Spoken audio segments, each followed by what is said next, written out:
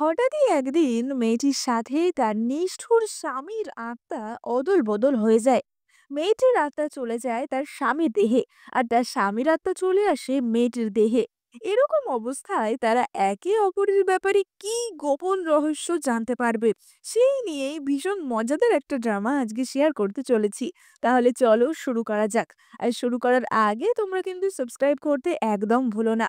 ড্রামার প্রথম দৃশ্যে আমরা জেনারেল চুয়ের বাড়ির দৃশ্য দেখতে পাই, এবং আমরা সেখানেই তার স্ত্রী লিসিকে দেখতে পাই। এবং আমরা দেখতে পাই যে লিসির ঘরের সামনে দাঁড়িয়ে দুজন দাসী কথা বলছিল। তারা বলা বলি করছিল যে, শুনেছো, এই বাড়ির যে প্রধান পত্নী অর্থাৎ কিনা লিসি, তার বাবাকে মহারাজ নির্বাসিত করেছে। তার মানে এই বাড়িতেও লিসির অবস্থা খারাপ হতে চলেছে। আমি তো শুনছিলাম যে জেনারেল স্কট নাকি এবারে লিসিকে ছেড়ে অন্য কাউকে বিয়ে করবে এবং তাকে বাড়ির প্রধান পত্নী বানাবে। এবং লিসির তো তখনই মনে পড়ে যায় যে কয়েকদিন আগেই কি হয়েছিল। কিছুদিন আগে যখন তার বাবা এরকম রাজমহলে বিপদে পড়েছিল, সে তার স্বামীকে বলেছিল, যেহেতু তার স্বামী একজন জেনারেল, তাই জন্যই সে স্কটকে বলেছিল যে আমার বাবাকে বাঁচিও, কারণ আমি জানি যে আমার বাবা কোনো ধরনের কারচুপি বা টাকা সরানোর মতো কাজ কখনোই করতে পারে না।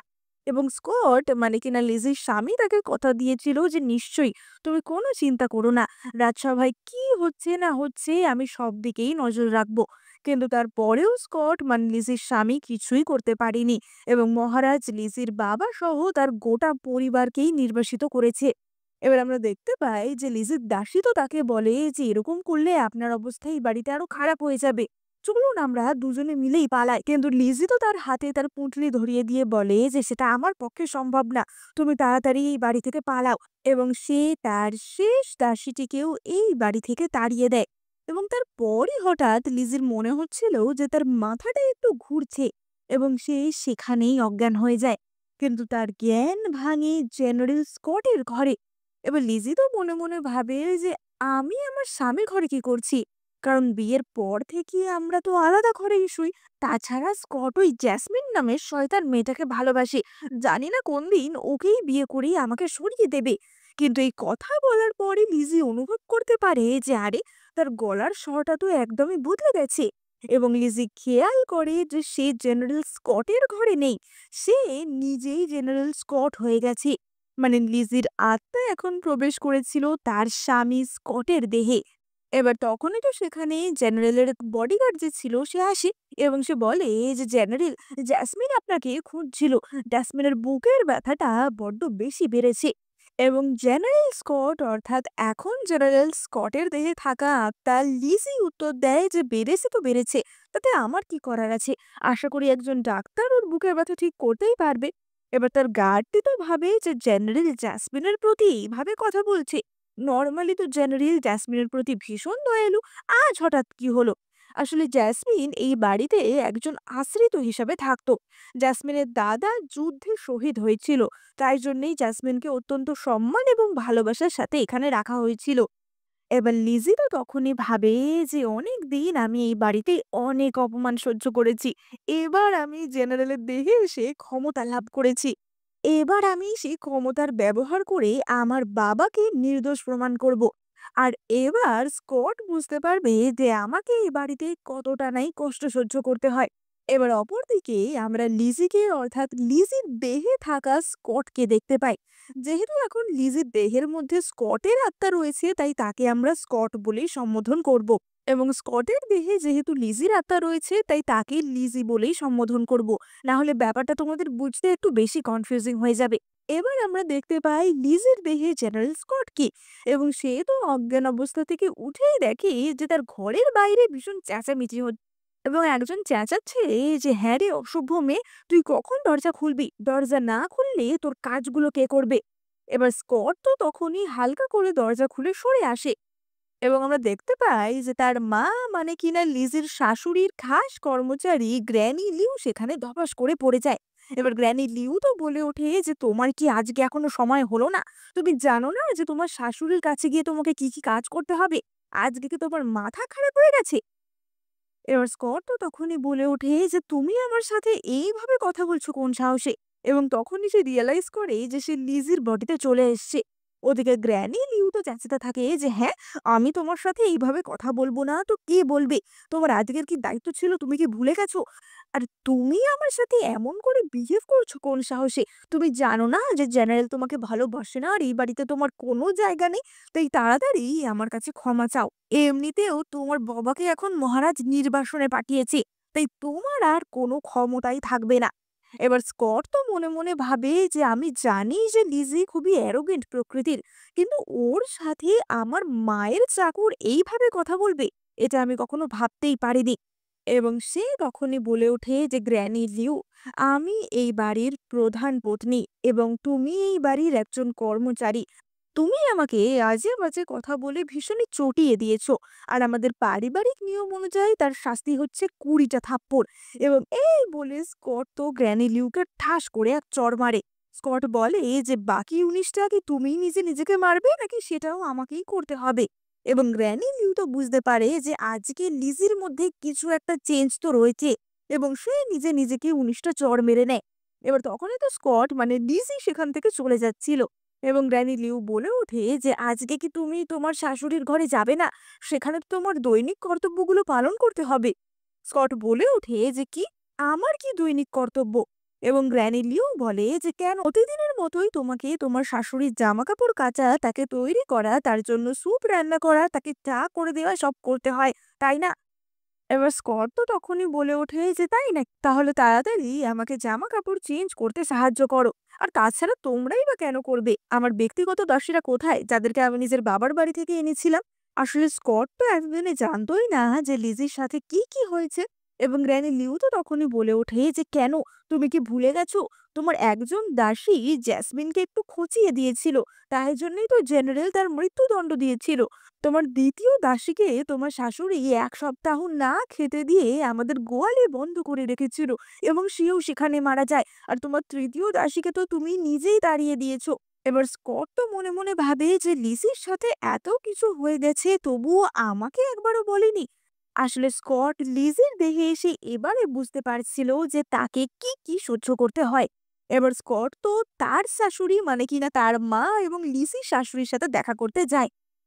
এবং সে তো স্কট ঢুকতে না ঢুকতেই তার দিকে কাপ প্লেট ছুঁড়ে মারে যে, "তোমার আজকে আসতে এত দেরি হলো কেন? তুমি কি তোমার কর্তব্য ভুলে গেছো?" এবার স্কট তো তখনই তার শাশুড়ি মানে কিনা লিসির শাশুড়িকে মা বলে সম্বোধন যে, "মা, আজকে আমার আসতে একটু দেরি হয়ে গেল।" এবং তার মা তো তখনই তাকে লাঠি হাতে মারতে আসে যে, "তুমি কি সবকিছুই ভুলে গেছো? তোমার সাহস কি করে হয় আমাকে মা বলে ডাকার? তোমাকে মনে হয় একটা উচিত শিক্ষা দিতে হবে।" এবং তখনই সেখানে প্রবেশ করে লিসি, যে কিনা এখন জেনারেল স্কটের দেহে ছিল। এবার লিসি তো বলে ওঠে যে, "মা, কি ব্যাপার? তুমি হঠাৎ এত উত্তেজিত হয়ে পড়েছো কেন?" এবং তখনই তো তার শাশুড়ি উল্টোপাল্টা নালিশ করতে শুরু করে দেয় যে, "স্কট, তুমি জানো না, আজকে আমি সকালে ঠিকমতো ঘুম থেকে ওঠার আগে ও আমার ঘরে হুড়মুড় করে ঢুকে পড়ে। এমনকি আমি যখন প্রার্থনা করছিলাম আমার কানের কাছে জোরে কথা বলছিল। আমাকে ঠিকমতো চাও দেয় না, আমাকে ঠিকমতো সম্মানও করে না।" এবং স্কট বুঝতে পারে যে তার মাও আসলে কত বড় শয়তান। তার মা এতদিন লিসির নামে তার কাছে কত রকমের নালিশ করত। এবার তখনই তো সেখানে গ্র্যানি লিউও হাজির হয় এবং গ্র্যানি লিউ বলে ওঠে যে, "কেউ আমার প্রতি ন্যায় বিচার করো। আজকে আমি লিসির চুল আঁচড়ানোর সময় একটু জোরে টেনে ফেলেছিলাম। তাই জন্য সে আমাকে ২০ টা চড় মেরেছে।" এবার লিসির শাশুড়ি তো তখনই বলে ওঠে যে, "দেখেছো স্কট, তোমার স্ত্রী কেমন করছে? তুমি এক্ষুনি ওকে আমাদের অ্যানসেস্ট্রাল হলে ১ দিন নীল দাহন হয়ে থাকার শাস্তি দাও।"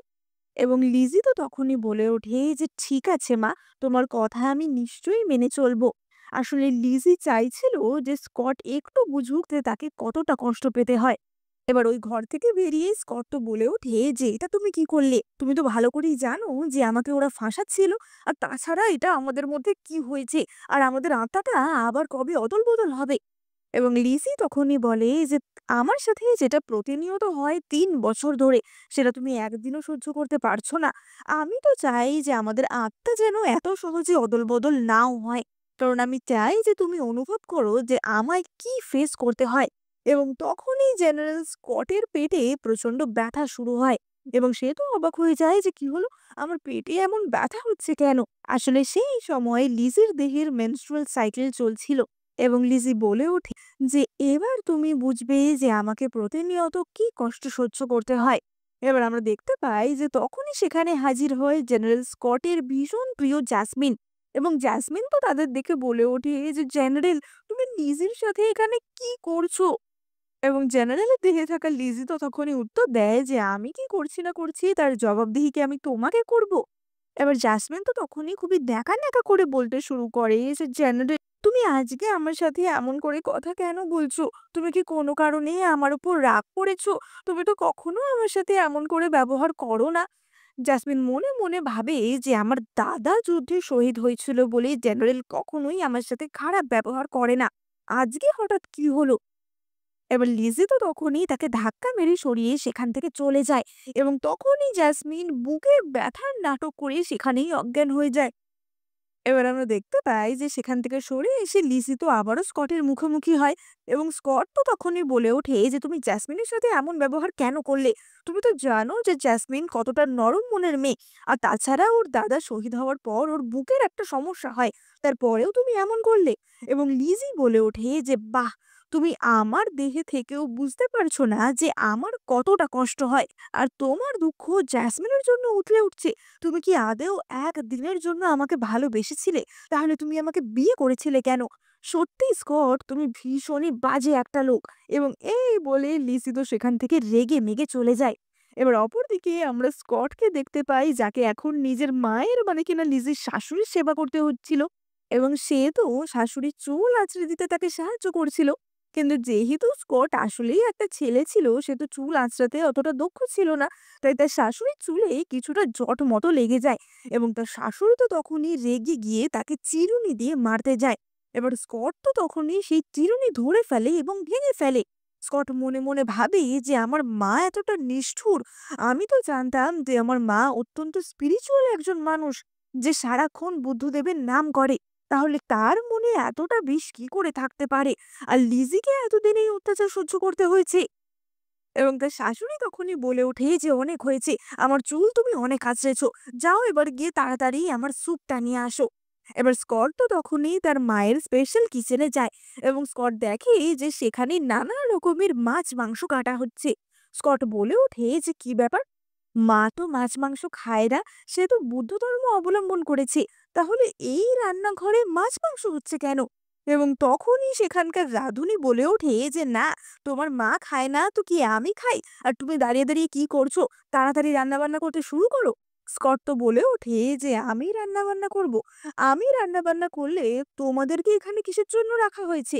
আমি জেনারেলের স্ত্রী, আমি এই ধরনের কাজ কেনই বা করব?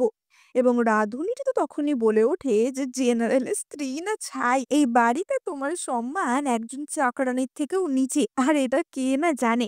তাই বেশি সময় নষ্ট না করে কাজে লেগে পড়ো।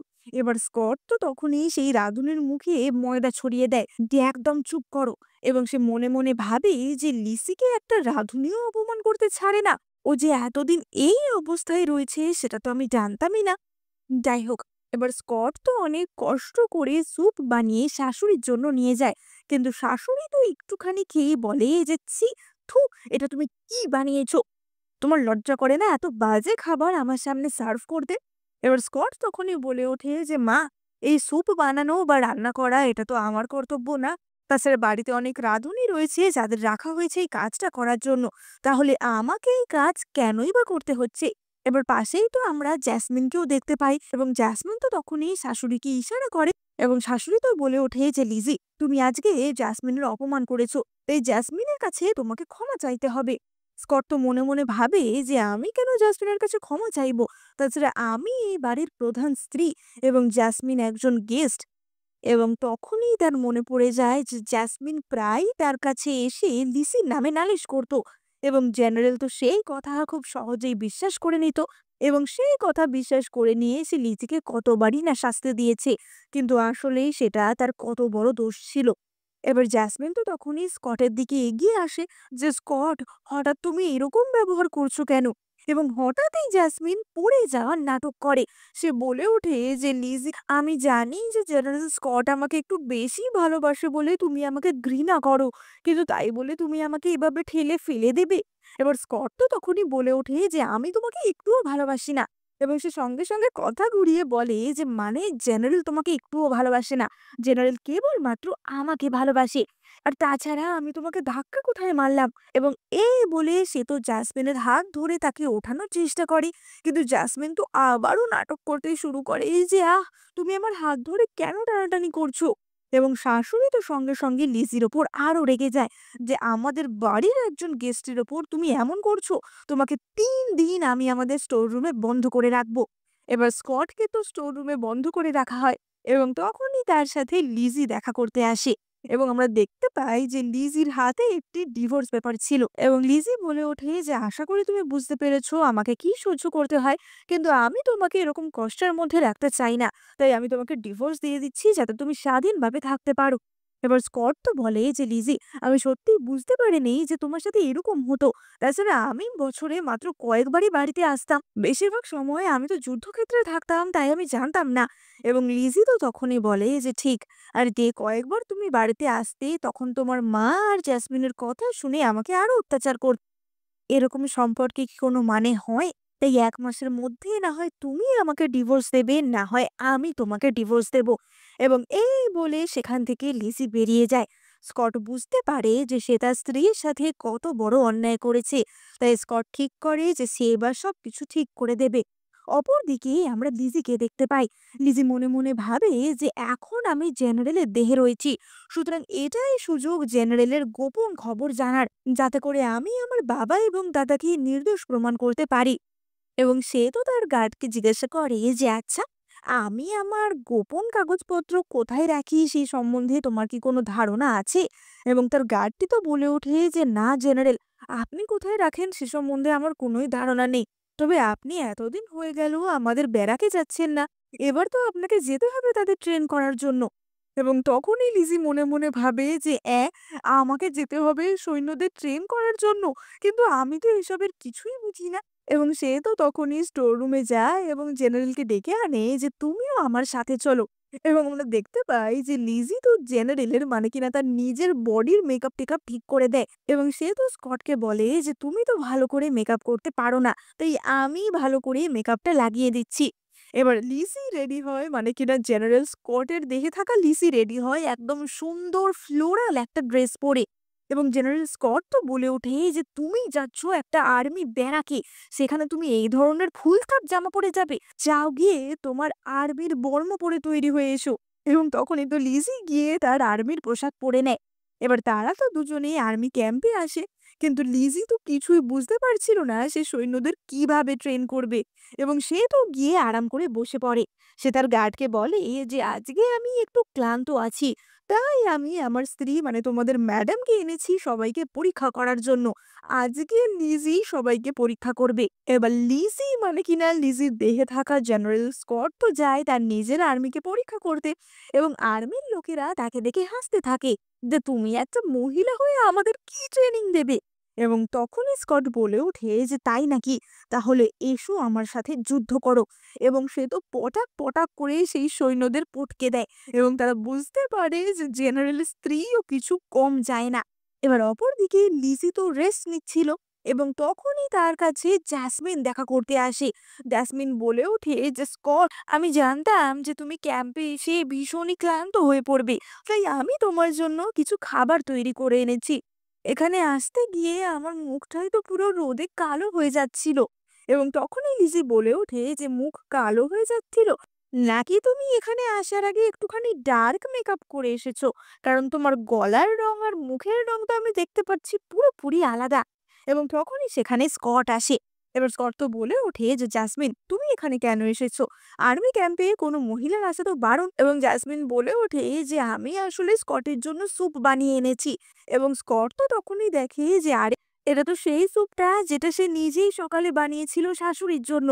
এবং সে বলে ওঠে যে, "এটা তুমি বানিয়েছো? এটা আমি সকালে বানিয়েছিলাম।" এবং জেসমিন তো তখনই বলে ওঠে যে, "লিজি, তুমি মিথ্যে কথা কেন বলছো? এই স্যুপটা তো আমি বানিয়েছিলাম। আর তাছাড়া স্কট আমাকে এখানে আসার জন্য এই শিলমোহর দিয়েছিল।" এবং লিজি তো তখনই সেই শিলমোহর নিয়ে বলে যে, "একদম মিথ্যে কথা বলবে না। আর শিলমোহর আমি কবে দিয়েছিলাম আমার নিজেরই মনে নেই।" এক্ষুনি এখান থেকে বিদায় হও। এবার জ্যাসমিন তো তখনই সেখান থেকে রেগে মেগে চলে যায় এবং স্কট বুঝতে পারে যে আসলেই তার নিজের মা এবং জ্যাসমিন আসলেই কিরকম টাইপের লোকজন এবং এরা এতদিন তার এবং লিজির সম্পর্কটা পুরোই খারাপ করে দিয়েছিল।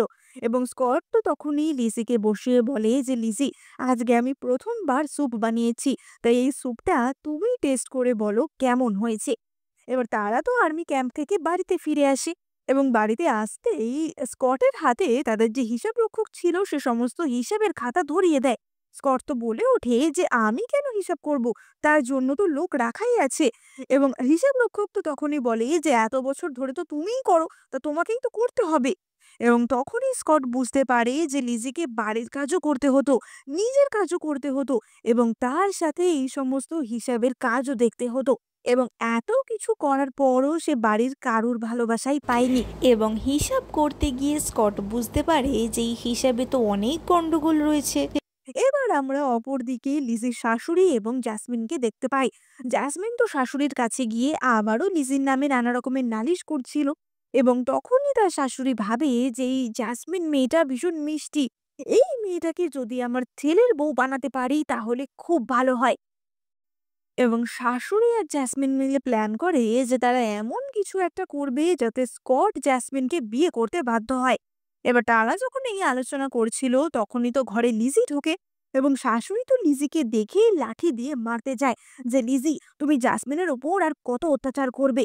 কিন্তু স্কট তো তখনই সেই লাঠি ফেলে দেয় এবং সে বলে ওঠে যে মা, আমি গত রাতে আমাদের বাড়ির হিসেবের খাতা দেখছিলাম এবং হিসেবের খাতা দেখিয়ে আমি যা বুঝলাম যে তুমি প্রায় প্রতিদিন 10টা করে রৌপ্য মুদ্রা খরচ করো। প্রতিদিনই তোমার নানা রকমের দামি দামি ভেষজ চাই খাবারের সাথে মেশানোর জন্য।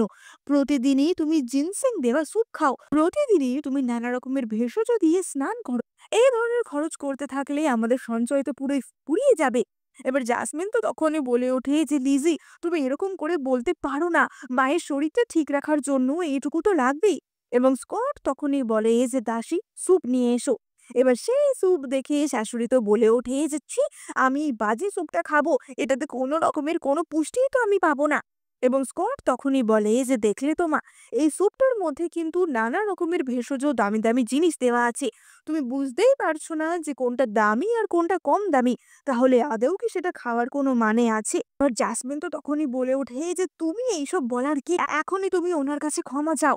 এবং স্কট তখনই বলে ওঠে যে জাসমিন, তুমি মুখটা বন্ধ রাখো। তোমার হার্টের অসুখের নাম করে তুমি প্রতিনিয়ত তোমার মেকআপের জন্য, তোমার মাথার দামি তেলের জন্য টাকা নাও, তা সেগুলো তোমার অসুখ কমাতে কিভাবে সাহায্য করে? এবার শাশুড়ি তো তখনই চেঁচিয়ে ওঠে যে আমি বুঝতে পেরেছি, তুমি আমাদের খরচা কমিয়ে সেই সব টাকা নিজে নিতে চাও, তাই তো? এবং স্কট তো তখনই বলে ওঠে যে তাই, তাই যদি করার হতো তাহলে এতদিন তোমাদের শখ পূরণ করার জন্য আমি নিজের কোটা থেকে খরচ করতাম না। আসলে এতদিন লিসি তো নিজেই এই সমস্ত বাড়ির খরচ দেখভাল করত এবং তার শাশুড়ি এবং জ্যাসমিনের খরচ মেটানোর জন্য বলতে গেলে সে নিজের খাত থেকেও খরচ করত। এবং সেটা স্কট গত রাতে হিসাবের খাতা মেলাতে গিয়ে বুঝতে পেরেছে। এবার এই সমস্ত ঝামেলার আওয়াজ শুনে তখনই তো সেখানে লিসি হাজির হয় এবং শাশুড়ি তো তখনই তার কাছে নালিশ করতে শুরু করে যে স্কট, দেখো না তোমার স্ত্রী আমার সাথে কি করছে। এবং লিজি তখনই বলে যে মা, তোমাকে কোনো চিন্তা করতে হবে না, আমি তোমার জন্য তোমার দামি স্যুপ নিয়ে আসছি, এই নাও স্যুপ খাও। কিন্তু স্যুপের বদলে আমি তোমার বাড়ি থেকে মানে তোমার মহল থেকে একটা জিনিস নিয়ে যাব। যতই হোক তোমার মহলে এত দামি দামি জিনিস রয়েছে, তুমি যখনই দামি দামি স্যুপ খাবে তখনই তোমার মহল থেকে একটা করে দামি জিনিস আমি উঠিয়ে নিয়ে যাব।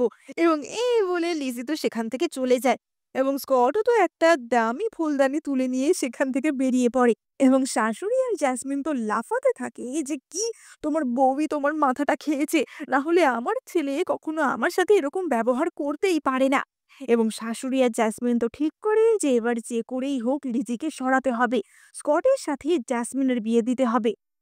এবার অপরদিকে আমরা স্কট এবং লিজিকে দেখতে পাই।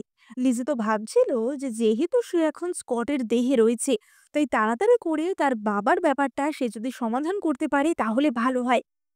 এবং সে জানতে পারে যে 2 দিন পরে প্রাইম মিনিস্টার চুয়ের জন্মদিন এবং লিজির বাবাকে যখন নির্বাসনে পাঠানো হয়েছিল সেই সবকিছু ঘটনা প্রাইম মিনিস্টার চুই এবং তার স্বামীর চোখের সামনেই ঘটেছিল। তাই প্রাইম মিনিস্টার চুই কিছু জানলেও জানতে পারে। তাই সে ২ দিন পরে প্রাইম মিনিস্টার চুইয়ের জন্মদিনে হাজির হয়। এবার আমরা দেখতে পাই যে লিজি তো সেখানে বসেই নানা রকমের ভালো, ভালো খাওয়া খেতে শুরু করে এবং স্কট তো তাকে বলে ওঠে যে, "তুমি কি বাড়িতে খেতে পাও না? এখানে এরকম করছো কেন?" এবং লিজি তখনই বলে যে, "সত্যি কথাই তো আমি বাড়িতে খেতে পাই না। তোমার বাড়িতে কি আমি ভালো-মন্দ কিছু খেতে পাই?" এবং স্কট রিয়ালাইজ করে যে সত্যিই তো লিজি আদৌ তো তার বাড়িতে হয়তো ভালো কিছু খেতেই পায় না। তাই জন্য সে তো লিজির প্লেটে আরো বেশি, বেশি করে মাংস তুলে দেয়। এবার সেখানে আমরা প্রাইম মিনিস্টার চুইয়ের ছেলে পিটারকেও দেখতে পাই এবং আমরা দেখতে পাই যে পিটারের লিসির প্রতি একটু দুর্বলতা ছিল এবং পিটার তো বলে ওঠে যে, লিসি, তুমি ছোটবেলা থেকে এত সুন্দর ডান্স করো, আজকে আমাদের একটা ডান্স করে দেখাও। এবার স্কট তো ভেবে পায় না যে সে কি করে ডান্স করবে, কারণ সে তো আর অত সুন্দর অঙ্গভঙ্গি করে নাচতে পারবে না এবং সে তো তখনই বলে ওঠে যে, আজকে আমি একটা নতুন ধরনের ডান্স দেখাবো এবং সে সকলের সামনে একটা খুব সুন্দর সুয়ার ডান্স দেখায়। এবার ব্যাংকোয়েট চলাকালীনই একজন কর্মচারী এসে বলে যে মিনিস্টার চুই জেনারেলের সাথে কথা বলতে চেয়েছে এবং লিজি তো বুঝতে পারে যে এটাই সুযোগ। এবার লিজি জেনারেলের দেহে মন্ত্রীর সাথে কথা বলতে যায় এবং মন্ত্রী তখনই বলে ওঠে যে, আমি বুঝতে পারছি যে তোমার স্ত্রী হয়তো কিছুটা বদলে গেছে। আসলে তার পরিবারের ওপর দিয়ে এত বড় একটা ঝড় যাচ্ছে, সে তো একটু বদলাবেই। এবং তখনই লিজি বলে ওঠে যে, হ্যাঁ প্রাইম মিনিস্টার চুই, কিন্তু আপনিও তো বিষয়টা ইনভলভড ছিলেন, তাহলে সেই বিষয়ে কি আপনি কিছু বলতে চান না?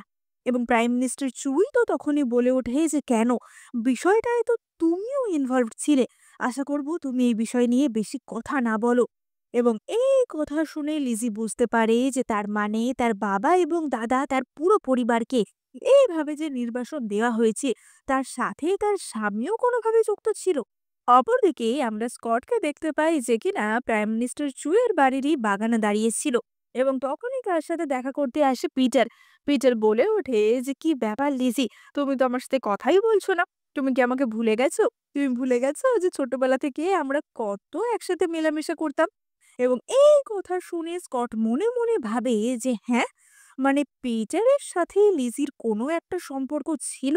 পিটার তো তখনই বলে ওঠে যে, আমি জানি তুমি স্কটকে বিয়ে করতে চাওনি, কিন্তু তুমি চাইলে এখনো আমরা আমাদের নতুন সম্পর্ক শুরু করতে পারি। এবং স্কট তো তাকে ঠাস করে চড় মেরে সেখান থেকে বেরিয়ে যায়।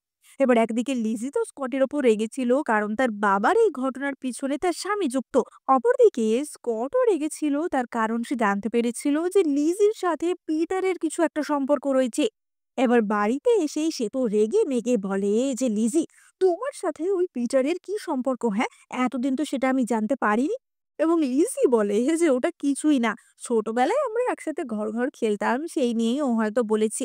কিন্তু তাও তো স্কটের রাগ ঠান্ডা হচ্ছিল না এবং লিজি তো তখনই বলে ওঠে যে, এতই যখন রাগ তোমার, তাহলে তোমাকে ডিভোর্স পেপার তো আমি দিয়েই দিচ্ছিলাম। এমনিতেও ১ মাসের মধ্যে না হয় তুমি না হয় আমি একে অপরকে ডিভোর্স দিয়েই দেব। আর তাছাড়া আমার মনেও হয় না তুমি আমাকে ভালোবেসে বিয়ে করেছিলে। তুমি হয়তো বিয়ে করেছিলে আমার বাবার ক্ষমতার জন্য, তাই তো?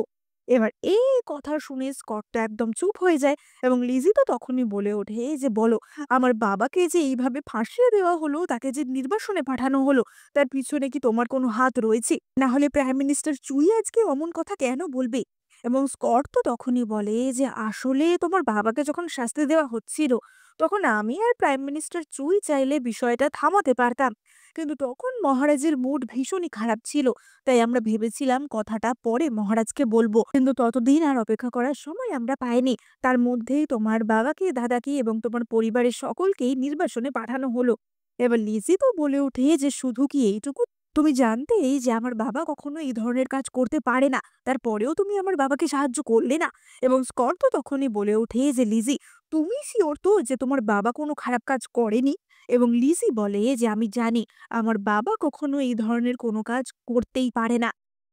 এবার রেগে মেগে লিজি তো তার নিজের ঘরে চলে যায় এবং সে সেখানে বসে মাথা ঠান্ডা করার জন্য চা পান করে। কিন্তু তারপরেই হঠাৎ তার মাথা ঝিমঝিম করতে থাকে এবং তখনই সেই ঘরে এসে ঢোকে জ্যাসমিন। আসলে জ্যাসমিন ইচ্ছা করেই লিজির কাপে, না না, মানে সে তো ভেবেছিল স্কটের কাপে সে নেশার দ্রব্য মিশিয়ে রেখেছিল এবং তারপরেই তো সোজা জ্যাসমিন লিজি মানে কিনা স্কটের ওপর ঝাঁপিয়ে পড়ে। এবার আমরা পরের দিন সকালবেলা দৃশ্য দেখতে পাই। সকাল হতেই লিজির শাশুড়ি তাকে এবং তার স্বামীকে ঘরে ডাকে এবং সে বলে যে স্কট, গত রাতে তুমি জ্যাসমিনের সাথে যে সম্পর্ক করেছো তার দায়িত্ব তোমাকে নিতে হবে। সকল কর্মচারীরাই দেখেছে যে সকালবেলা জ্যাসমিন তোমার ঘর থেকে বেরোচ্ছে, তাই তোমায় জ্যাসমিনকে বিয়ে করতে হবে। এবার স্কট তো তখনই বলে ওঠে যে এটা হতে পারে না, আমার স্বামী আমার পিছনে কারোর সাথে সম্পর্ক করতে পারেই না। এবং লিজি তো তখনই বলে ওঠে যে মা, তোমার কিছু একটা ভুল হচ্ছে। জাসমিনের সাথে আমি কোনো সম্পর্ক করিনি। তার কারণ আমি ইম্পোর্টেন্ট। এবার এই কথা শুনে স্কটের মুখ থেকে তো চা পিচিক করে বেরিয়ে যায় যে, লিজি, তুমি আমার ব্যাপারে এইসব কি বলছো? এটা যদি জানাজানি হয় তাহলে লোকে আমায় কি ভাববে? এবং লিজি তো বলে ওঠে যে, মা, তুমি ঠিকই শুনেছো।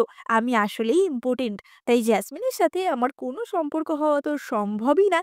এবার তারা তো সেখান থেকে চলে যাওয়ার পরই শাশুড়ি জ্যাসমিনকে জিজ্ঞেস করে যে, জ্যাসমিন, সত্যি করে বলো, গত রাতে তোমার সাথে ওর কি হয়েছিল? এবং জ্যাসমিন তখনই বলে যে কিছুই হয়নি, আসলে স্কট তো খুবই তাড়াতাড়ি ঘুমিয়ে পড়েছিল, তাই জন্যই কিছু করার সুযোগ আমরা পাইনি। এবার এই ঘটনায় জ্যাসমিনকে পরাস্ত করা গেলেও স্কটের তো মাথা খারাপ হয়ে যাচ্ছিল, কারণ ব্যাপারটা তো তার পুরুষত্বের উপর এসে গেছিল এবং সে তো নিজে জানে যে সে আসলে ইম্পর্টেন্ট না। এবার স্কট তো তাই লিজির কাছে গিয়ে বলে যে, লিজি, এইভাবে আত্মা বদল করে সারা জীবন থাকা তো আমাদের পক্ষে সম্ভব না, তাই তাড়াতাড়ি এটা আবার আগের মতো করার কিছু একটা উপায় আমাদের বার করতে হবে। তাছাড়া তুমি যে বলেছো আমি ইম্পোর্টেন্ট মানে নপুংসক, সেটা সারা শহরে ছড়িয়ে পড়েছে, তাই নিজের ইমেজটাও তো আমাকে ঠিক করতে হবে। এবং স্কট তো তখনই বলে যে 2 দিন পর প্রাইম মিনিস্টার চুয়ের বাড়িতে একটা স্টার গেজিং সেরেমনি হবে।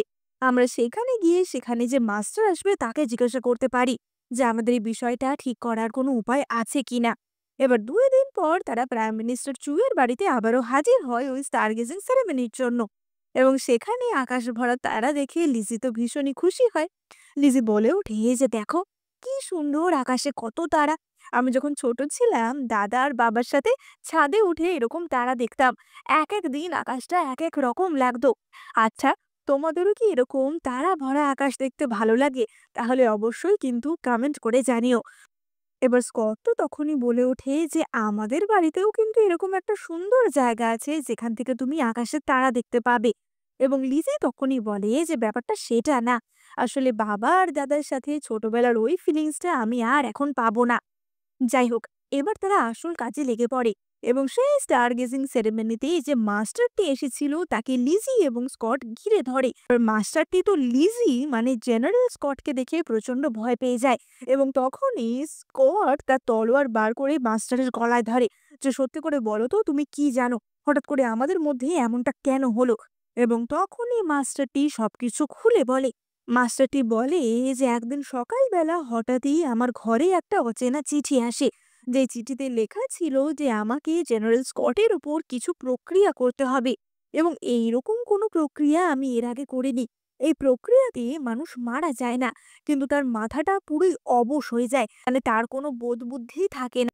এবং এই চিঠিটা অনুযায়ী আমি কাজ করি, না হলে বলা হয়েছিল আমার স্ত্রী এবং সন্তানকে মেরে ফেলা হবে। কিন্তু এই কাজটা করতে গিয়ে মনে হয় কিছু একটা গন্ডগোল হয়ে গেছিল। এবার লিজি আর স্কট তো বুঝতে পারে যে আচ্ছা, তার মানে স্কটের উপর কোনো একটা তান্ত্রিক প্রক্রিয়া করা হচ্ছিল, কিন্তু সেই প্রক্রিয়া ভুলভাল হওয়াতেই এমন আত্মা বদল ঘটেছে। এবার তারা তো জিজ্ঞাসা করে যে এটা কি করে ঠিক হবে, কিন্তু মাস্টারের তো কোনো আইডিয়াই ছিল না এই সম্বন্ধে যে এটা কি করে ঠিক হবে। এবং তখনই আবারও প্রাইম মিনিস্টার চুই জেনারেল স্কটকে ডেকে পাঠায়। এবার লিজি তো সেখানে যায় এবং প্রাইম মিনিস্টার বলে ওঠে যে, জেনারেল, আমি জানতাম যে তুমি আবারও আমাকে খুঁজতে আসবে, কিন্তু তুমি কি ভুলে গেছো আমাদের মধ্যে কি কথা হয়েছিল? যে এই বিষয় নিয়ে আমরা আর কোনো কথাই বলবো না, এই কথা আমাদের কবর অব্দি আমাদের সাথে যাবে। মনে রাখবে, দেওয়ালেরও কিন্তু কান রয়েছে, তাই মহারাজের থেকে আমাদের সাবধানে থাকতে হবে। এবার এই কথা শুনে লিজি তো বাড়িতে ফিরে আসে এবং সে ভাবছিল যে মহারাজের থেকে সাবধানে থাকতে হবে, কিন্তু মহারাজ আমার বাবার সাথে এমনটা কেনই বা করবে? কেবলমাত্র সম্পত্তি নিয়ে নেওয়ার জন্য, নাকি অন্য কিছু ব্যাপার আছে? বিষয়টা আমাকে খতিয়ে দেখতে হবে। কিন্তু আমি জানি না যে কতদিন আমি স্কটের দেহে থাকতে পারবো, তাই তাড়াতাড়ি আমাকে যা করার করতে হবে।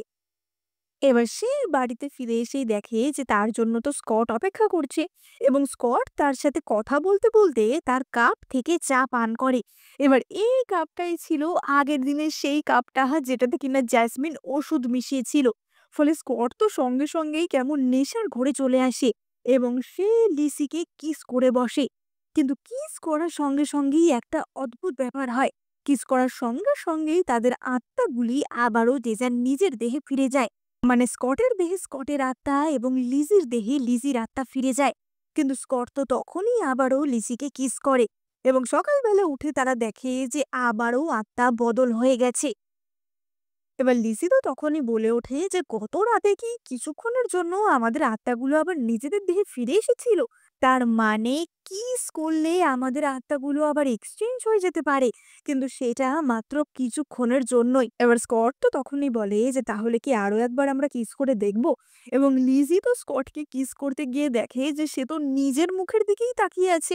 তো এই বিষয়টা তাদের কাছে একটু অকওয়ার্ড হয়ে যায়, এবং তখনই স্কটের গার্ড এসে খবর দেয় যে প্রাইম মিনিস্টার এর ছেলে পিটার তাদের সাথে দেখা করতে এসেছে। এবার পিটার আসলে এখানে লিজির সাথেই দেখা করতে এসেছিল। এবং সে তো লিজিকে আবারও অ্যাপ্রোচ করার চেষ্টা করে যে লিজি, আমি কিন্তু সত্যিই তোমাকে ভীষণই পছন্দ করি। এই জেনারেল স্কটের সাথে তোমাকে যে সারা জীবন থাকতে হবে এমনটা কিন্তু কোনো ব্যাপার না। তুমি চাইলেই আমার কাছে চলে আসতে পারো। এবার লিজির দেহে অবভিয়াসলি তখন স্কটের আত্মা ছিল। এই স্কট তো ধাক্কা মেরে তার হাত সরিয়ে দেয় যে তুমি বারবার আমার পিছনে আসা বন্ধ করো। এবং আমরা দেখতে পাই যে পিটার আবার লিজির জন্য অনেক সুন্দর সুন্দর গিফটও এনেছিল, যাতে করে সে লিজিকে পটাতে পারে। এবং সে তো লিজিকে বারবার বলছিল যে লিজি, আমি জানি যে ওই কোল্ড ব্লাডেড লোকটার সাথে তুমি থাকতে চাও না, তুমি আমার সাথে চলে এসো। এবার স্কটের মনে মনে তো পিটারের ওপর ভীষণ রাগ হচ্ছিল যে সে কেন তার স্ত্রীকে এতভাবে ইমপ্রেস করার চেষ্টা করছে। এবং তখন সে দেখতে পায় যে সামনে দিয়ে লিজি যাচ্ছে, মানে কিনা জেনারেল স্কটের ভিতর দিয়ে লিজি যাচ্ছে, এবং সে সঙ্গে সঙ্গে গিয়ে লিজিকে কিস করে। ফলে আবারও তাদের একে অপরের আত্মা এক্সচেঞ্জ হয়ে যায়। এবার জেনারেল স্কটের ভেতর তার নিজের আত্মাই চলে এসেছিল। তাই স্কট তার সমস্ত শক্তি ফিরে পায়, এবং সে গিয়ে পিটারকে এক ঘুষি মারে যে তোমার এত সাহস হয় কি করে যে তুমি আমার স্ত্রীকে এইভাবে ইমপ্রেস করার চেষ্টা করছো। এবং পিটার তো ভয় পেয়ে সেখান থেকে পালায়। কিন্তু কয়েক মিনিটের মধ্যেই আবারও তাদের আত্মা এক্সচেঞ্জ হয়ে যায়, এবং আবারও স্কটের ভেতর লিজির আত্মা এবং লিজির ভেতর স্কটের আত্মা প্রবেশ করে। সুতরাং আমরা আবারও স্কটকে, মানে স্কটের দেহকে লিজি বলেই ডাকবো, এবং লিজির দেহকে স্কট বলে ডাকবো। এবার লিজি তো তখনই বলে ওঠে যে স্কট, তুমি কি মার্টিন নামের কাউকে চেনো? এবং স্কট বলে ওঠে যে মার্টিন, একটা মৃত লোককে হঠাৎ তুমি কোথা থেকে উঠিয়ে আনলে? এবং লিজি বলে যে না, মানে আমি আমার বাবার পুরনো কাগজপত্রে তার নাম পেয়েছিলাম। তবে তোমাকে বলে রাখি, আমার বাবার সমস্ত কাগজপত্র ঘেঁটে আমি বুঝেছি যে আমার বাবা কোনো দোষ করেনি, তাকে ফাঁসানো হয়েছিল। সুতরাং আমি ঠিকই খুঁজে বার করব যে আমার বাবার সাথে এমনটা কি করে হলো। আমি প্রমাণ করেই ছাড়বো যে আমার বাবা নির্দোষ। এবং লিজের তো মনে মনে একটা ভয়ও ছিল যে তার স্বামী আবার এই ব্যাপারে জড়িত না তো। এবার সে তো তখনই স্কটকে জিজ্ঞাসা করে যে আচ্ছা, আমাদের এই আত্মা এক্সচেঞ্জের ব্যাপারটাকে তুমি কারো কাছ থেকে জানতে পেরেছো? এবং লিজি বলে যে না, সেরকম কারো থেকেই আমি জানতে পারিনি। তবে একটা উপায় তো আমরা খুঁজে পেয়েছি যে কিসের মাধ্যমে আমরা একটা এক্সচেঞ্জ করতে পারবো, কিন্তু সেটা কতক্ষণের জন্য হবে সেটা আমাদের হাতে নেই। এবং লিজি তখনই বলে যে দেখো, প্রথমবার যখন আমরা এক্সচেঞ্জ করেছিলাম তখন কয়েক সেকেন্ডের জন্য ছিল, আর এইবারে প্রায় 5 মিনিটের জন্য। তার মানে হয়তো যত বেশি সময় যাবে এক্সচেঞ্জের টাইমটা তত বেশি বাড়তে থাকবে। সেটা ছাড়া আর তো কোনো উপায় নেই আমাদেরকে ঠিক করার। যাই হোক, এবার আমরা পরবর্তী দৃশ্যে দেখতে পাই জেনারেল স্কটকে, মানে কিনা লিজিকে। এবং আমরা জানতে পারি যে লিজি ওই মার্টিন নামে ছেলেটির খোঁজ পেয়েছিল। এবার লিজি, মানে কিনা জেনারেল স্কট তো মার্টিনের সাথে দেখা করতে আসে, এবং আমরা দেখতে পাই যে মার্টিনের মুখে একটা বিচ্ছিরি রকমের পোড়ার দাগ ছিল। লিজি জিজ্ঞাসা করে যে তোমার এরকমটা কি করে হলো? এবং মার্টিন জানায় যে হঠাৎই একদিন তার ঘরে আগুন লেগে গেছিল, সম্ভবত তাকে মারার জন্যই এমনটা করা হয়েছিল। এবার লিজি মনে মনে ভাবে যে আগের দিন স্কট তো এই কথাই বলেছিল যে মার্টিন একটা মৃত লোক, তার মানে কি স্কটই মার্টিনকে মারার চেষ্টা করেছিল? এবার মার্টিন তো তখনই বলে যে আসলে এই দুর্ঘটনার আগের অনেক স্মৃতি আমি ভুলে গেছি, তাই জন্য আমার একদমই মনে নেই যে আমার কারা শত্রু ছিল। তবে আমি এখানে লিজির সাথে একটু দেখা করতে এসেছি। তুমি যদি তোমার স্ত্রীকে ডেকে দাও তাহলে খুবই ভালো হয়। এবার আসলে তো জেনারেল দেহেই লিজি ছিল। তাই জেনারেল মানে কিনা লিজির খুবই ইচ্ছা ছিল মার্টিনের কথা শোনার। কিন্তু তারপরেও সে বাধ্য হয় স্কটকে ডেকে দিতে। মানে যার উপর সে সন্দেহ করছিল তাকেই ডেকে দিতে সে বাধ্য হয়। এবার তখনই তো স্কট আসে মার্টিনের সাথে কথা বলার জন্য। এবং মার্টিন তাকে বলে যে, "দেখো লিজি, আমি এখানে তোমার দাদার একটি বার্তা নিয়ে এসেছি। এই চিঠিটা তোমার দাদা তোমাকে দিতে বলেছে। আর তাছাড়াও আমার তোমাকে একটা কথা বলার আছে। চলো আমরা দুজনে পালিয়ে যাই। আমি জানি তুমি জেনারেল স্কটের সাথে ভালো নেই। আমরা পালিয়ে গিয়ে বিয়ে করব এবং আমরা এখান থেকে অনেক দূরে ভালো থাকবো। আমি বেশিদিন ক্যাপিটালে থাকতে পারবো না, কারণ ক্যাপিটালে থাকা আমার পক্ষে সেফ না। ৩ দিন পর আমি তোমার জন্য গুয়াইউন টেম্পলে ওয়েট করব। রাতের বেলা তুমি আমার জন্য টেম্পলে চলে এসো। তাহলে আমরা দুজনে মিলে একসাথে পালাবো।" এবং এই বলে মার্টিন তো সেখান থেকে চলে যায়। কিন্তু স্কটের মনে সন্দেহ হয় যে এই চিঠিতে লিজির দাদা কি লিখে থাকবে। তাই জন্য সেই চিঠিটা লিজিকে দেয় না। এবার লিজি তো এসে জিজ্ঞাসা করে যে মার্টিন কি বলল? এবং স্কট বলে যে মার্টিন তোমাকে বিয়ে করতে চাইছে। তা তোমার আর কত প্রেমিক আছে আমাকে একটু বলো তো? একদিকে প্রাইম মিনিস্টারের ছেলে, একদিকে আবার মার্টিন। এবং লিজি তো বলে যে মার্টিনকে তো আমি জীবনে চিনতামও না। ও আমাকে কেনই বা বিয়ে করতে চাইবে? কিন্তু লিজি কিন্তু তার দাদার চিঠির ব্যাপারে জানতে পারে না। এবার আমরা পরের দিনের দৃশ্য দেখতে পাই এবং আমরা দেখতে পাই যে স্কট লিসির কোলে বসে আঙুর খাচ্ছিল। এবং লিসি তো বলে ওঠে যে, "উফ! আমার পা ব্যথা হয়ে যাচ্ছে। আমাদের ভালোবাসার লোকজনকে দেখানোর তোমার কাছে কি আর ভালো কোনো আইডিয়া নেই?" এবং তখনই স্কট বলে যে, "তোমার পা ব্যথা হয়ে যাচ্ছে? তাহলে কিছুক্ষণের জন্য তোমাকে একটু রিলিফ দিচ্ছি।" এবং এই বলে সে তো আবারও লিসিকে কিস করে। ফলে তাদের আত্মা আবারও এক্সচেঞ্জ হয়ে যায় এবং আবারও স্কট নিজের দেহে পৌঁছে যায়। এবং লোকজন তো এখন লিসি আর স্কটকে দেখে ভাবছিল যে তার মানে এদের সম্পর্ক খুবই ভালো হয়ে গেছে, এরা এত রোমান্টিক হয়ে গেছে। এবং তখনই ভাগ্যক্রমে সেখানে হাজির হয় মার্টিন। এবং এবার লিসি সৌভাগ্যবশত মার্টিনের সাথে কথা বলার সুযোগ পায়, যেটা সে আগের বার পায়নি। এবার মার্টিন তো তখনই বলে ওঠে যে, "তোমার দাদার চিঠিটা তুমি পড়েছো?" এবং লিসি বুঝতে পারে যে তার মানে স্কট তাকে চিঠিটা দেয়নি। এবং সে তো সঙ্গে সঙ্গে স্কটের ঘরে গিয়ে সেই চিঠিটা নিয়ে পড়ে। এবার কিছুক্ষণের মধ্যে স্কট তো লিসির ঘরে আসে এবং সে দেখে যে লিসি তার উপর প্রচন্ড রেগে রয়েছে। লিসি বলে ওঠে যে, "তুমি আমার দাদার চিঠিটা আমাকে কেন দাওনি? তুমি জানো তাদের কতটা কষ্ট সহ্য করতে হয়েছিল? নির্বাসনে যাওয়ার পথে আমার বাবা কত অসুস্থ হয়ে পড়েছিল। আমার দাদাকে কত কষ্ট করতে হয়েছিল একটা ডাক্তার জোগাড় করার জন্য। আর তুমি এই চিঠিটা আমার থেকে লুকিয়ে গেলে?" এবার স্কট তো মনে মনে ভাবে যে, ও তার মানে চিঠিতে ওদের পারিবারিক কথা লেখা আছে। আর আমি ভাবছিলাম যে হয়তো কোনো গোপন কথা লেখা আছে। লিসি তো বলতে থাকে যে, "স্কট, আমি তোমাকে ভরসা করব বলে নিজের মনস্থির করি। কিন্তু বারবার তোমার সম্বন্ধে এমন সব কথা জানতে পারি যাতে আমার মন আবারও ভেঙে যায়। সত্যি করে বলো যে তুমি আমার পিছনে কি চক্রান্ত করেছো? আমার বাবার এই নির্বাসনের পিছনে তুমি দায়ী নয় তো?" আমার সত্যিই তোমাকে ভয় লাগে স্কট। এবং এই সব কথা বলতে বলতেই লিজি সেখানেই অজ্ঞান হয়ে যায় এবং স্কট তাকে ধরে নেয়। এবং সেই মুহূর্তেই আবারও তাদের আত্মা এক্সচেঞ্জ হয়ে যায়। মানে লিজির আত্মা আবারও স্কটের দেহে এবং স্কটের আত্মা লিজির দেহে পৌঁছে যায়। এবার লিজি তো আবারও স্কটকে শুইয়ে দেয় এবং তখনই প্রাইম মিনিস্টার চুই তার সাথে দেখা করতে আসে এবং লিজি প্রাইম মিনিস্টার চুয়ের সাথে কথা বলতে যায়।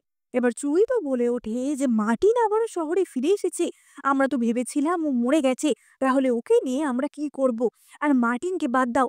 তোমার স্ত্রী মানে লিজি আমাদের কিছু সন্দেহ করছে না তো?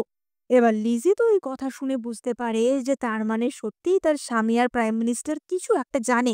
তারা কিছু একটা গন্ডগোল করেছে। এবং সে তো ঠিক করে যে তাকে যে করে হোক আসল সত্যিটা জানতে হবে। তাতে যদি স্কটকে ভিলেন হিসেবে প্রমাণ করতে হয় তাহলে সে তাই করবে। এবার অপরদিকে আমরা লিসির শাশুড়ি এবং জ্যাসমিনকে দেখতে পাই এবং লিসির শাশুড়ি আর জ্যাসমিন তো লিসকে ডেকে পাঠায়। যদিও এখন লিসির দেহে স্কটই ছিল। এবং শাশুড়ি বলে ওঠে যে, "দেখো লিজি, এবার কিন্তু স্কটের দ্বিতীয় বিবাহের সময় এসে গেছে, কারণ জ্যাসমিন স্কটের সন্তানের মা হতে চলেছে। এবার তোমাকে জাসমিনের খেয়াল রাখতে হবে।" এবার স্কট তো এই কথা শুনে পুরোই ক্ষেপে যায় যে, "কি? আমি কখনোই জাসমিনের সাথে কিছু করিনি। ও আমার সন্তানের মা কি করে হবে? নিঃসন্দেহেই ও মিথ্যে কথা বলছে।" এবং স্কট তো বলে ওঠে যে, "আমি খুব ভালো করেই জানি যে জ্যাসমিনের পেটে আমার স্বামীর সন্তান নেই। কারণ স্কট শুধুমাত্র লিসিকেই ভালোবাসে। আগেও তাই বাসতো, এখনো বাসে আর ভবিষ্যতেও বাসবে।" এবার জাসমিন তো বলে ওঠে যে, "অ্যাঁ তুমি এমন করে বলছো যেন তুমি জেনারেলের মনের কথা পড়তে পারো।" কিন্তু স্কট তো আসলে তার মনের কথাই বলছিল। এবার স্কট তো তার ঘরে ফিরে আসে এবং সে মনে মনে ভাবে যে আমি যেটা বলেছিলাম সত্যিই বলেছিলাম। এবং সে আবারও লিসিকে কিস করে এবং সঙ্গে সঙ্গে তাদের আত্মা আবারও বদল হয়ে যায়। এবার লিসি তো এই কথা তখনই শুনতে পেয়েছিল এবং সে তো স্কটকে জিজ্ঞাসা করে যে তুমি আমাকে অতীতেও ভালোবাসতে, মানে কবে তুমি আমাকে প্রথম দেখেছিলে? এবং তখনই স্কটের মনে পড়ে যায় যে লিসিকে সে কবে প্রথম দেখেছিল। অনেক ছোটবেলায় যখন সে সবে আর্মিতে ভর্তি হয়েছিল। একদিন সে অত্যন্ত ক্ষতবিক্ষত অবস্থায় ফিরছিল এবং লিসি তার পাশে ঘোড়াগাড়ি করে যাচ্ছিল। লিসি তখনই ঘোড়াগাড়ি থেকে নেমে এসে তাকে সাহায্য করেছিল, তাকে ব্যান্ডেজ করে দিয়েছিল। এবং স্কট তো তখনই ভেবে রেখেছিল যে সে মন্ত্রী সেনের মেয়েকেই বিয়ে করবে এবং সে ভবিষ্যতে সেটাই করেছে। এবার এই কথা শুনে লিসিও তো খুব অবাক হয়ে যায় যে কি, ছোটবেলার ওই ছোট্ট ছেলেটাই আসলে তুই। এবং স্কট মনে মনে ভাবে যে হ্যাঁ, ছোটবেলায় তোমাকে বিয়ে করার যোগ্যতা তো অবশ্যই আমার ছিল না, কারণ পারিবারিক কোনো ব্যাকগ্রাউন্ড আমার ছিল না। কিন্তু আমি নিজেকে জেনারেল হিসেবে তৈরি করেছি যাতে তোমাকে বিয়ে করতে পারি। জানি না বিয়ের পর কি করে আমাদের সম্পর্কটা এত খারাপ হয়ে গেছিল, তবে আশা করছি আবারও সবকিছু ঠিক হয়ে যাবে। এবার যেহেতু এখন জেনারেল দেহে স্কট নিজেই ছিল, তাই জন্য সে ঠিক করে যে সে আর্মি ক্যাম্পে যাবে, কারণ এতদিন ধরে লিজি কি সামলেছে সে তো ভগবানই জানে। এবং সে লিজিকে নিয়ে আবারও আর্মি ক্যাম্পে আসে। এবার সৈন্যরা তো সঙ্গে সঙ্গে এসে লিজিকে বলে যে ম্যাডাম, আপনি কি আজকে আমাদের আবারও ট্রেনিং দেবেন? এবং স্কট বলে যে না, আজকে আমি তোমাদের ট্রেনিং দেব। তখনই সেখানে স্কটের গার্ড আসে এবং সে জানায় যে একটা দুর্ঘটনা হয়ে গেছে, সাম্রাজ্যের যে গ্র্যান্ড মাস্টার ছিল সে মারা গেছে এবং মহারাজ জেনারেল স্কট এবং প্রাইম মিনিস্টার চুইকে ডেকে পাঠিয়েছে। এবার লিজি তো বুঝতে পারে যে এই সময় তার মহারাজের সামনে যাওয়াটা খুব দরকার, কারণ লিজিকে জানতে হবে যে এই তিনজনের মধ্যে কি হচ্ছে। এবং লিজির সঙ্গে সঙ্গে আবারও স্কটকে কিস করে এবং আবারও লিজির আত্মা স্কটের দেহে পৌঁছে যায় এবং স্কট গিয়ে হাজির হয় রাজপ্রাসাদে। এবং মহারাজ তো তাদের উদ্দেশ্য করে বলে ওঠে যে সত্যি তোমরা দুজন না থাকলে আমি ওই সেন পরিবারের শয়তানের ব্যাপারে জানতেও পারতাম না। ওরা যে প্যারাসাইটের মতো আমার এত বড় ক্ষতি করছিল সেটা আমি বুঝতে পারতাম না। তোমরা আছো বলেই আমরা এখনো সুস্থ আছি। এবং প্রাইম মিনিস্টার চুই তো বলে ওঠে যে মহারাজ, আপনি সেই সব নিয়ে অত ভাববেন না, আপনি নিজের শরীরটা ঠিক রাখুন। তাছাড়া আমাদের গ্র্যান্ড মাস্টার মারা গেল, আপনি সেই নিয়েও বেশি চিন্তা করবেন না। এবং মহারাজ তো বলে ওঠেন যে সত্যি জেনারেল স্কট, তুমি না থাকলে আমি ওদের ব্যাপারে জানতেই পারতাম না। এবং জেনারেল স্কটের দেহে থাকা লিসি তো সবটাই বুঝতে পারে যে তার মানে তার নিজের স্বামী তার পরিবারের এই নির্বাসনের পিছনে দায়ী। এবার লিজি প্রাসাদ থেকে বেরিয়ে আসতেই দেখে যে স্কট তার জন্য অপেক্ষা করছে এবং লিজি বলে ওঠে যে স্কট, তুমি তো খুব ভালো করে জানতে যে আমার বাবা কখনোই কোনো অসৎ কাজ করবে না, তারপরেও তুমি কেন তাদেরকে ফাঁসালে, ওই কেন তাদেরকে নির্বাসনে যেতে বাধ্য করলে? এবার স্কট তো তখনই বলে ওঠে যে লিজি, আমি যদি তোমাকে বলি যে আমি যা করেছি ভালোর জন্যই করেছি, তুমি কি আমার কথা বিশ্বাস করবে? এবং লিজি বলে যে আমার বাবা বলতে গেলে মৃত্যু শয্যায় ঢুকছে, আমার পরিবারের 136 জন লোক এইভাবে কষ্ট পাচ্ছে, তাদেরকে নির্বাসনে অত্যাচার করা হচ্ছে, আর তুমি বলছো আমার ভালোর জন্য। আসলে ছোটবেলায় ওই দিন আমার তোমাকে বাঁচানোই উচিত হয়নি, আমাদের দেখা না হলেই মনে হয় বেশি ভালো হতো। এবার তারা তো দুজনে ঘোড়ার গাড়ি করে ফিরতে ফিরতে এই সমস্ত কথাবার্তা বলছিল এবং তখনই স্কট বুঝতে পারে যে ঘোড়ার গাড়ি থেমে গেছে এবং বাইরে কিছু লোক তাদের উপর আক্রমণ করতে এসেছে। এবং স্কট তো সঙ্গে সঙ্গে লিজিকে কিস করে এবং সে নিজের দেহে ফিরে আসে, কারণ নিজের দেহে না থাকলে সে তো এই আততায়ীদের সাথে লড়াই করতে পারবে না। এবং সে ঘোড়ার গাড়ি থেকে নেমে দেখে যে কিছু আততায়ী তাদের ওপর হামলা করেছে। স্কট বলে ওঠে যে আমি বুঝতে পারছি যে আমাকে মারার জন্য কেউ একজন উঠে পড়ে লেগেছে। প্রথমে সে কালো জাদু করে আমাকে পাগল করে দেওয়ার চেষ্টা করেছিল, সেটা সাকসেসফুল না হওয়ায় সে এখন আমাকে মারার জন্য লোক পাঠিয়েছে। এবার স্কট তো লিজিকে বলে যে লিজি, তুমি এখান থেকে পালাও, আমি ঠিকই এই লোকেদের সাথে মোকাবিলা করে নেব। এবং লিজি সেখান থেকে পালিয়ে যায়। এবার স্কট তো সেই আততায়ীদের সাথে লড়াই করতে থাকে, কিন্তু শেষ মুহূর্তে গিয়ে তার বুকেও তলোয়ারের আঘাত লাগে। কিন্তু তখনই লিজি আবার ফিরে আসে তাকে বাঁচাতে। এবার স্কট তো বলে যে তুমি আবারও ফিরে এলে আমার জন্য। এবং লিজি বলে যে তোমাকে না বাঁচালে আমার পরিবারকে আমি কি করে নির্দোষ প্রমাণ করবো বলো তো। এবার স্কটের অবস্থা তো আরোই খারাপ হতে থাকে এবং লিজি স্কটকে নিয়ে তার বাড়িতে ফিরে আসে এবং স্কটের চিকিৎসা শুরু হয়, কিন্তু তার উন্নতির কোনো লক্ষণই দেখা যাচ্ছিল না। এবং সেই সময় খবর আসে যে প্রাইম মিনিস্টার চুইও মারা গেছে। এবার লিজি বুঝতে পারে যে কিছু একটা বড়সড় গন্ডগোল হচ্ছে। এবার তখনই তো লিজির শাশুড়ি এসেও তাকে দোষারোপ করতে শুরু করে যে তুমি সত্যিই একটা অনামুখ, তোমার জন্যই আমার ছেলেটার আজকে এমন অবস্থা হলো। কিন্তু লিজি আর এখন নরম থাকে না, সে তো কঠোর হাতে তার শাশুড়িকে বলে যে এরকম একটা বিপদের সময় আপনি এরকম নাটক বন্ধ করুন। আর তাছাড়া যেহেতু স্কট এখন অসুস্থ, তাই এই বাড়ির সমস্ত দায়িত্ব আমার, তাই আমার কথাই শেষ কথা। আপনি এক্ষুনি ঘরে যান এবং ঘর থেকে বেরোনোর সাহস করবেন না। এবং এই বলে সে তো তার শাশুড়িকে ঘরে বন্ধ করে দেয়।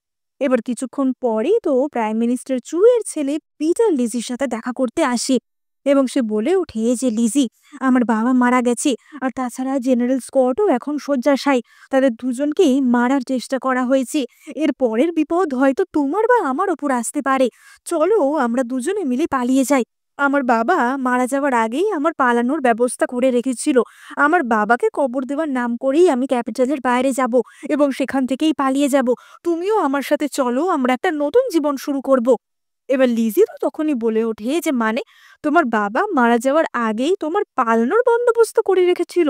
তার মানে তোমার বাবা বুঝতেই পেরেছিল যে তাকে হত্যা করা হবে। প্রাইম মিনিস্টার চুই কিভাবে মারা গেছিল পিটার, আমাকে সত্যি করে বলো। এবং পিটার তখন বলে যে তার বাবাকে বিষ দেওয়া হয়েছিল। প্রাইম মিনিস্টার চুই কোনো অসুস্থতার কারণে মারা যায়নি। তার মানে এমন কেউ আছে যে কিনা জেনারেল স্কট, প্রাইম মিনিস্টার চুই, মার্টিন, এদের সকলকেই মারতে চাইছে। কিন্তু সেটা কে হতে পারে? এটা কি তাহলে লিজির পরিবারের সাথে সম্পর্কিত কেউ? মানে জেনারেলের থেকে বা মন্ত্রীর থেকে বদলা নেওয়ার জন্য লিজির পরিবারের কেউ কি এমন করছে? কিন্তু সেটাই বা কি করে সম্ভব? লিজির পরিবার তো অনেকদিন ধরেই কারাগারে রয়েছে, তারা তো নির্বাসিত। তাদের তো এত ক্ষমতা থাকবে না যে তারা এত কিছু করতে পারবে। এবং তখনই পিটার বলে ওঠে যে না না, তোমার পরিবার সেইভাবে সম্পর্কিত না। আমার বাবা মারা যাওয়ার আগে আমার জন্য একটা চিঠি লিখে গেছিল। তোমাকে আমি সেই চিঠিটা দেখালেই তুমি সবকিছু বুঝতে পারবে।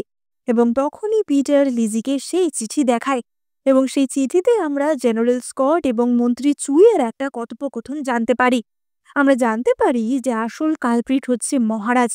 আসলে মহারাজ সেন পরিবারকে নিয়ে, মন্ত্রী চুইকে নিয়ে, এদেরকে নিয়ে খুবই ইনসিকিওর হয়ে পড়েছিল যে এরা হয়তো তার গদি নিয়ে নেবে।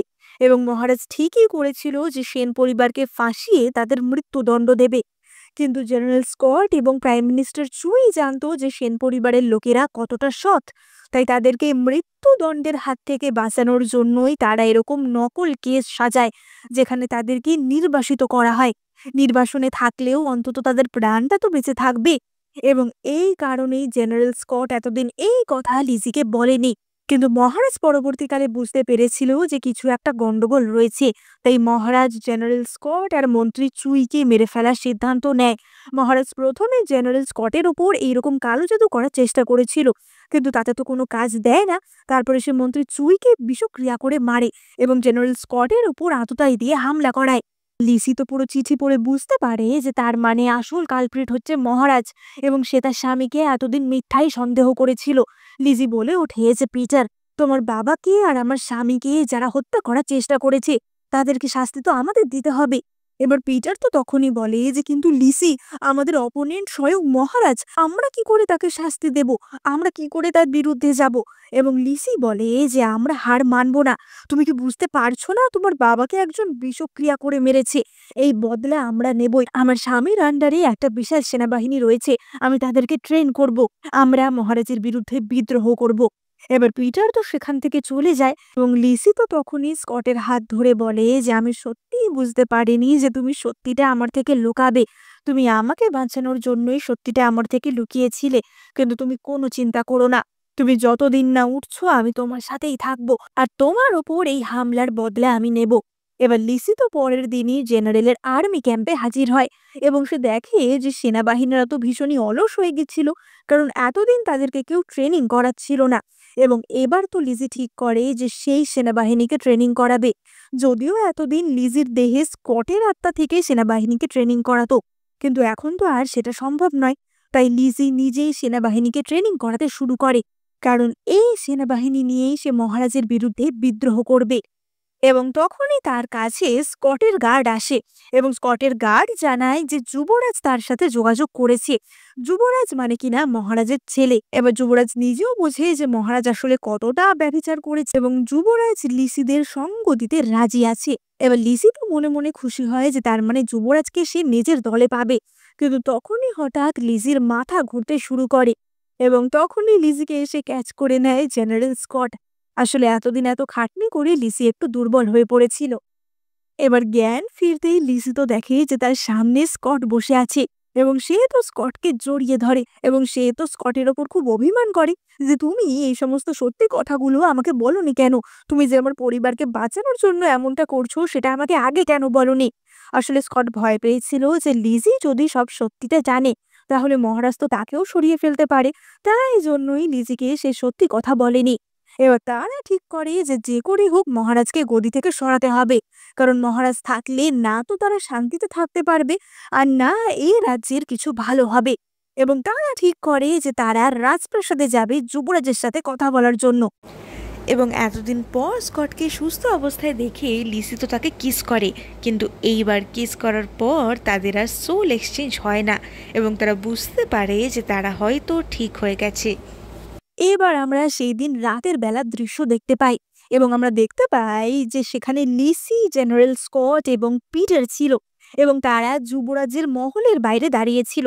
যুবরাজের মহলের যে দেওয়ালটা ছিল সেখানে একটা ছোট ফুটো বা ভাঙা জায়গা মতো ছিল এবং সেখান দিয়েই লিসি ইউনাক সেজে যুবরাজের সাথে কথা বলতে ঢোকে। এবার পিটার তো স্কটকে বলে যে আমাদের কোনো ভুল হচ্ছে না তো লিসিকে পাঠিয়ে, যতই হোক ও একটা দুর্বল মেয়ে। এবং স্কট বলে যে না, লিসি দুর্বল না, লিসি হচ্ছে আমার সবচেয়ে শক্তিশালী যোদ্ধা, যাকে আমি চোখ বন্ধ করে বিশ্বাস করতে পারবো। এবার লিজি তো সেখান থেকেই যুবরাজের সাথে কথা বলে বেরিয়ে আসে এবং সে বলে যে যুবরাজ তাদের সাথে কোঅপারেট করতে রাজি আছে এবং যুবরাজ বলেছে যে সে বাজির মাধ্যমে মানে ফায়ার ওয়ার্কের মাধ্যমে তাদেরকে সিগন্যাল দেবে। এবার আমরা কয়েকদিন পরে দৃশ্য দেখতে পাই লিসি তো স্কটকে তৈরি করে দেয় প্রাসাদে যাওয়ার জন্য এবং স্কট তার সেনাবাহিনী নিয়ে প্রাসাদে হামলা করে। সে মহারাজের গার্ডদের খতম করে রাজমহলে প্রবেশ করে। এবার মহারাজ তো তখনই বলে ওঠে যে আমি জানতাম যে তুমি এমনটা করবেই, তাই জন্যই তো আমি তোমাকে মেরে ফেলার চেষ্টা করেছিলাম। এবং স্কট বলে যে আমি কখনোই এমনটা করতাম না, এমনটা করতে আমাকে আপনি বাধ্য করেছেন। এবার পিটার তো তখনই বলে ওঠে যে আমার বাবা তাহলে কি দোষ করেছিল? আমার বাবা তো সারা জীবন আপনার লয়াল একজন মন্ত্রী ছিল, তাহলে তাকে কেন মরতে হলো? আসলে আপনার সবসময় ভয় যে আপনার গদি কেউ কেড়ে নেবে এবং তাই জন্যই আপনি আপনার লয়াল লোকজনদের হত্যা করেছেন, সেন পরিবারকে নির্বাসনে পাঠিয়েছেন, জেনারেলকে মারার চেষ্টা করেছেন, আমার বাবাকে তো মেরেই ফেলেছেন। তাই আপনার এই গদিতে থাকার আর কোনো অধিকারই নেই। এবং স্কটও তখনই বলে ওঠে যে মহারাজ, আপনি অনেক দিন শান্তি সহকারে এই সাম্রাজ্য শাসন করেছেন, আমার মনে হয় এবার সিংহাসন থেকে নামার সময় হয়েছে। আমি এখানে নিজে রাজা হব বলে কিন্তু বিদ্রোহ করিনি, আমি কেবলমাত্র আপনাকে সরাতে চাই। আমি চাই আপনার জায়গায় যোগ্য কেউ রাজা হোক এবং তার জন্য যুবরাজ রয়েছে, যুবরাজ হবে পরবর্তী রাজা। এবার মহারাজ তো তখনই বলে ওঠেন যে স্কট, তুমি মনে হয় ভুলে যাচ্ছ যে আমি এই সাম্রাজ্যের মহারাজ এবং এখনো আমার কাছে অনেক ক্ষমতা রয়েছে। তোমার স্ত্রীকে আমি এখানে ডেকে আনবো এক্ষুনি, তারপর আমি দেখব তুমি আমাকে কি করে গদি থেকে নামাতে পারো। এবার আমরা দেখতে পাই যে মহারাজের একজন লোক তো লিসিকে ডাকতে ওদিকে চলে গেছে, কিন্তু লিসি তো আর আগের মতো ওরম নরম স্বভাবের ছিল না এবং লিসি এবং লিসির সৈন্যরা মানে কিনা স্কটের সৈন্যরা ইউনাককে তো তক্ষণি বন্দি করে এবং তখনই লিসি লক্ষ্য করে যে আকাশে বাজি ফাটছে, মানে যুবরাজ তার ইশারা সিগন্যাল দিয়ে দিয়েছে, তার মানে জেনারেল স্কট সফল হয়েছে। এবার কিছুক্ষণ পরে জেনারেল স্কট এবং পিটার তো ফিরে আসে এবং লিসি দেখে যে পিটার গাড়ি থেকে নেমেছে কিন্তু জেনারেল গাড়ি থেকে নামেনি এবং লিসি গিয়ে দেখে যে এই সমস্ত যুদ্ধ চলাকালীন স্কটের গায়ে তীর লেগেছে। লিসি তো এই দৃশ্য দেখে প্রচন্ড ভেঙে পড়ে যে তাহলে কি সবকিছু শেষেও তাকে কষ্ট পেতে হবে, সে কি স্কটকে পাবে না? এবং সে বলে ওঠে যে স্কট, তুমি আগের বার এত বড় একটা আঘাত পেয়েও এইভাবে সেরে উঠলে, এখন তোমার কোনো ক্ষতি আমি হতে দেব না, তুমি তাড়াতাড়ি চোখ খোলো, তুমি যা বলবে আমি তাই করতে রাজি আছি। এবং স্কট তো তখনই বলে ওঠে যে যা বলবো তাই করবে। তাহলে আমাদের একটা ছোট্ট বেবিও হবে তো? লিসি বুঝতে পারে যে স্কট আসলে ঠিকই আছে। স্কট দেখায় যে লিসি তাকে যে প্রোটেকশনের জন্য তালিসমানটা দিয়েছিল সেটার জন্যই স্কট বেঁচে গেছে। তীরটা সেখানে লাগার ফলে জেনারেল স্কট সুস্থভাবে ফিরে আসতে পেরেছে। এবার আমরা দেখতে পাই যে এইসব ঘটনার ফলে লিসির এই বাড়িতে সম্মান তো একদমই বেড়ে গেছিল এবং কেউই আর তার সাথে খারাপ ব্যবহার করার সাহস পেত না এবং জ্যাসমিনকেও এই বাড়ি থেকে তাড়িয়ে দেওয়া হয়। আসলে জ্যাসমিন যে বলেছিল সে প্রেগনেন্ট হয়ে পড়েছে সেটা অন্য কারোর সন্তান নিয়ে সে প্রেগনেন্ট হয়ে পড়েছিল এবং সেই ব্যাপারটা স্কটের ঘাড়ে চাপাতে চাইছিল। তাই এই কথা স্কটের মা জানতে পারার পর সে জ্যাসমিনকে এই বাড়ি থেকে এক কাপড়েই বার করে দেয়। কিন্তু লিসি তো বলে যে দেখো, যতই হোক ও একজন শহীদের বোন, তাই একদমই কোনো টাকা পয়সা না দিয়ে তাকে বাড়ি থেকে বার করে দেওয়াটা ঠিক হবে না। তাকে কিছু টাকা দিয়ে সাহায্য করো এবং তাকে অন্য জায়গায় পাঠিয়ে দাও। এবং তখনই জেনারেল স্কট এসে জানায় যে সে তার পদ থেকে ইস্তফা দিয়েছে। সে আর কোনো জেনারেলের পদে থাকতে চায় না। সে এবার শান্তিপূর্ণভাবে তার স্ত্রী বাচ্চার সাথে সময় কাটাতে চায়। এবং ওই ঘটনার পর থেকে মানে স্কটের উপর ওই যে আততায়ীদের অ্যাটাক হলো, ওই ঘটনার পর থেকে লিসি আর স্কটের আত্মাও তো এক্সচেঞ্জও হয়নি সেইভাবে। তাই জন্য তারা এখন বেশ ভালোভাবেই নিজেরা নিজেদের জায়গায় ছিল এবং তারা তো তাদের শহরের বাড়ি ছেড়ে গ্রামে খুব শান্তিপূর্ণভাবে বসবাস করতে শুরু করেছিল। এবং আমরা দেখতে পাই যে লিসি তো প্রেগনেন্টও হয়ে পড়েছিল।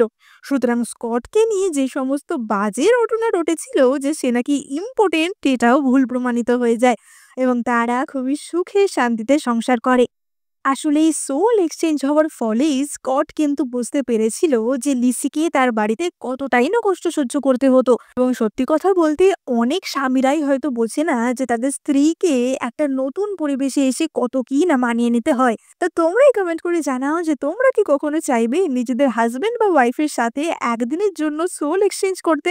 তোমাদের কি মনে হয়? কমেন্ট করে জানাতে একদম ভুলো না। আর এই ড্রামাটা কেমন লাগলো সেটাও এক্ষুনি কমেন্ট করে জানিও। ভালো লাগলে এক্ষুনি লাইক, কমেন্ট, শেয়ার আর সাবস্ক্রাইব করে দিও। এই চ্যানেলে আমি তোমাদের জন্য অনেক চাইনিজ ড্রামা এক্সপ্লেন করে থাকি। তাই তোমরা কিন্তু চটপট সাবস্ক্রাইব করে এক্ষুনি নোটিফিকেশন বাটনে ক্লিক করে দাও। নাহলে কিন্তু নতুন নতুন মজাদার ড্রামা মিস হয়ে যাবে। দেখা হবে পরের ভিডিওতে।